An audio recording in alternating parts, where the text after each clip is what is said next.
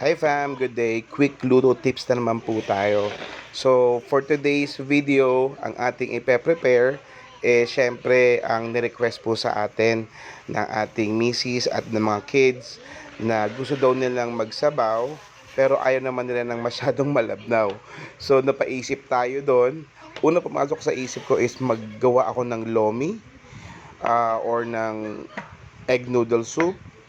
And so, yun, dumating ako sa desisyon. Nagawa na lang ng ginisang miswa na may patola at lalagyan ko ng itlog para lumapot. So, ayun, nagready lang ako ng mga rekado dyan. Sibuyas, bawang, kamatis, yung patola.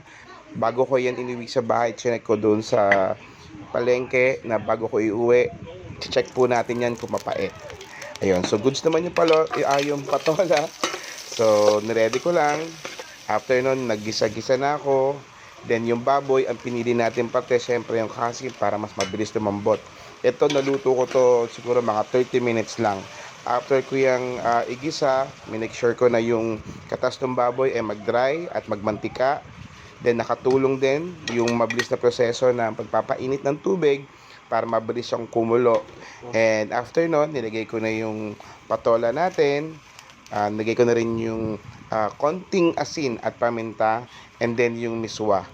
Right? Nung lumambot na yung miswa, tsaka natin nilagay yung itlog para makita natin yung consistency ng tubig. Sabi nga nila, ayaw daw nila na masyadong malabnaw. So, dyan nakikita natin na dahan-dahan na siyang lumalapot. So, na-achieve naman natin yung request nilang sabaw na hindi masyadong malabnaw.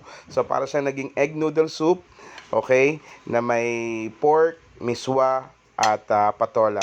So, masustansya na, mabilis pang lutuin, at if I could just only share to you guys kung gaano siya kasarap. So, yun lang, sana matry nyo din ang ating quick luto tips for today, ginisang miswa sa patola with itlog at baboy. Yun lang. Thank you. Bye-bye.